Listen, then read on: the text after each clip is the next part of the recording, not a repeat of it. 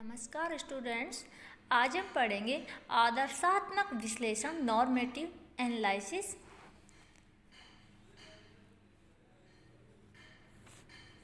Martial Pigou, Fraser तथा Hawtrey आदि अर्थशास्त्रियों ने अर्थशास्त्र को आदर्श विज्ञान माना है। आदर्शात्मक विश्लेषण उपदेशात्मक विज्ञान है। ये क्या होना चाहिए, व्हाट आउट टू बी से संबंध रखता है। ये बतलाता है कि वास्तविक स्थिति अच्छी है या बुरी है तथा ये स्थिति कैसी होनी चाहिए।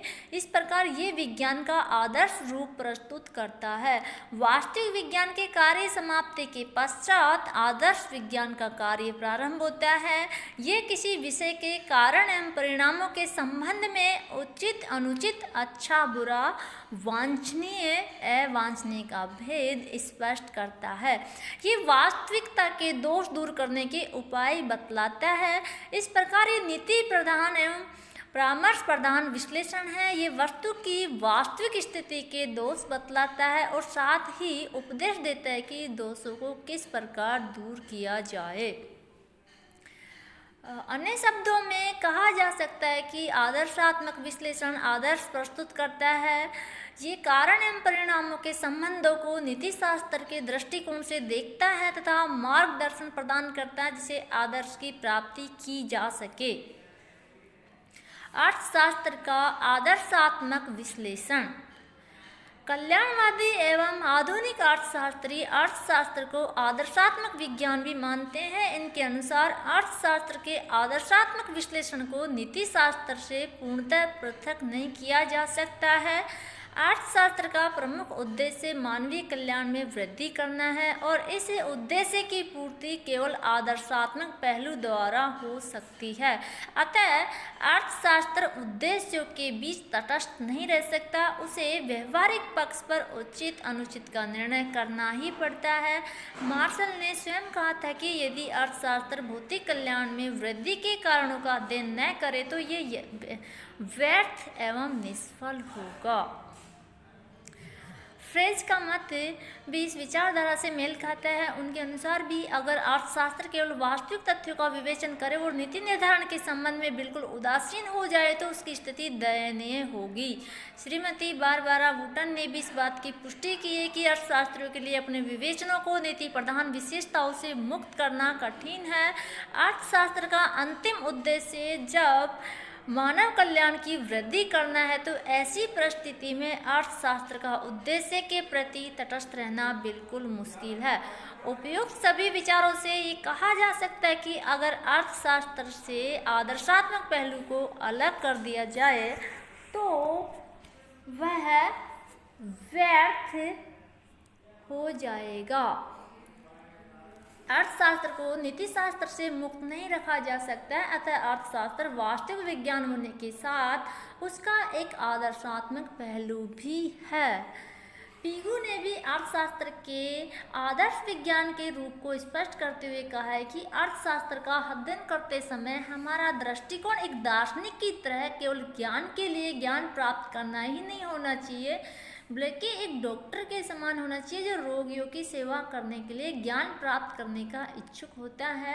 अर्थशास्त्र के आदर्श विज्ञान के संबंध में निम्न तर्क दिए गए हैं। अर्थशास्त्र के आदर्शवादी पहलू होने के पक्ष में तर्क।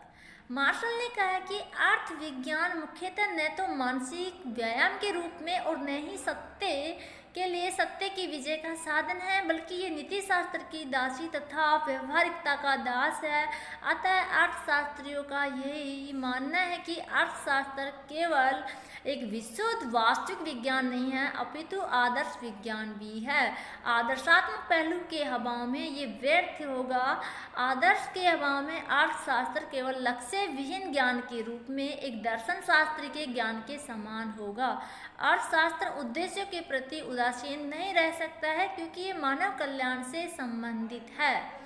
अब इसके लिए निम्न तर्क दिए गए हैं। फर्स्ट है अर्थशास्त्र कल्याणवादी विषय है। Economics is the welfare subject.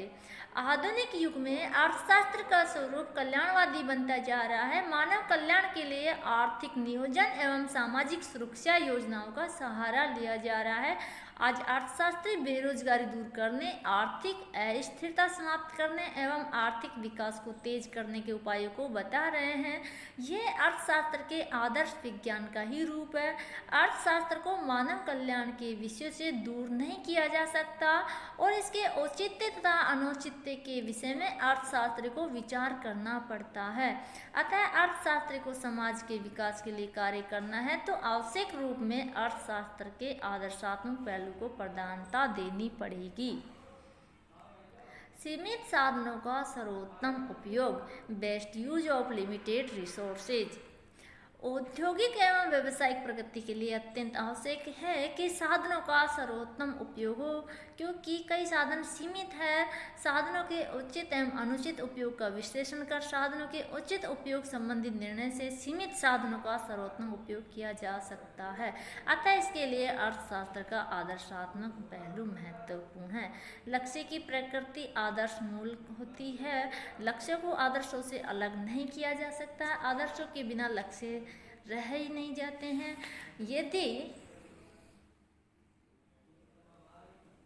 उद्देश्यों की प्राप्ति के लिए केवल वास्तविक पहलू देखा जाए तो अर्थशास्त्र की कोई उपयोगिता रहेगी ही नहीं और इसमें रुचि का अभाव हो जाएगा। अतः आदर्शात्मक पहलू अर्थशास्त्र के विषय को रुचिकर एवं उपयोगी बनाता है। मानव प्रकृति आदर्श मूलक है।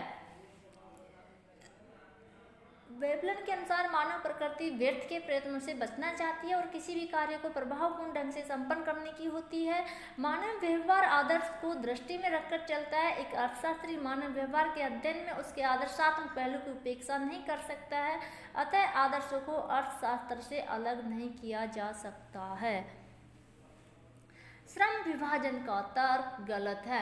अगर अर्थशास्त्री केवल किसी विषय के तथ्यों का विश्लेषण कर उसके कारण एवं परिणाम के संबंधों को व्यक्त करता है तथा उद्देश्यों के निर्धारण का कार्य किसी राजनीतिक अथवा नीति शास्त्र पर छोड़ देता है तो ये गलत होगा। अर्थशास्त्री का कार्य केवल वास्तविक विश्लेषण नहीं अपितु आदर्शात्मक विश्लेषण भी है। अतः अर्थशास्त्र को केवल विज्ञान मानने के पक्ष में जो श्रम विभाजन का तर्क दिया जाता है वह गलत है। साम्य संबंधी तर्क अनुचित है। रॉबिन्स के अनुसार साम्य केवल साम्य है, उसमें अनुमोदन का बल नहीं है, परंतु इस तरह का साम्य का विचार लोगों को संतुष्ट नहीं कर सकता।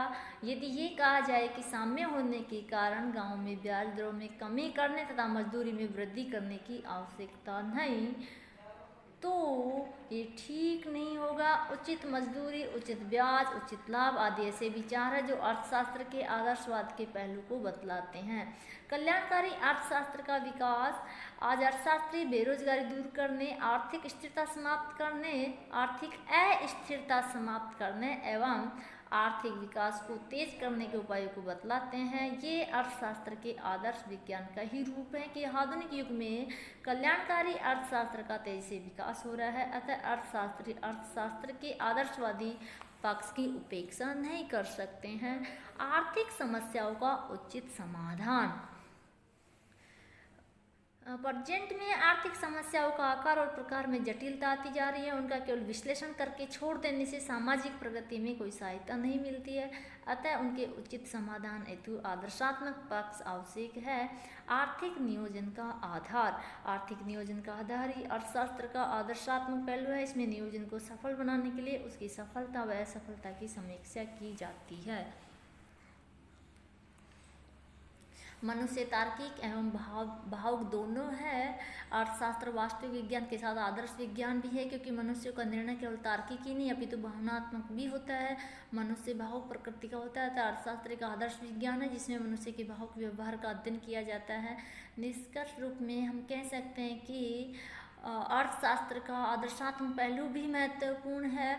यथार्थवादी एवं आदर्शवादी दोनों प्रकार की विचारधाराओं के तर्कों से स्पष्ट होता है कि अर्थशास्त्र वास्तविक विज्ञान और आदर्श विज्ञान दोनों है।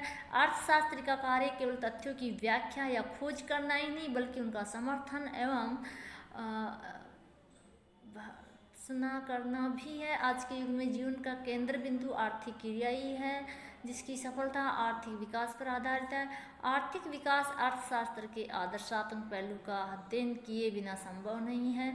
इसलिए अर्थशास्त्र का कार्य खोज करना एवं गुण दोषों की व्याख्या करते हुए समर्थन व निंदा करना है। अतः अर्थशास्त्र वास्तविक तथा आदर्श विज्ञान दोनों है।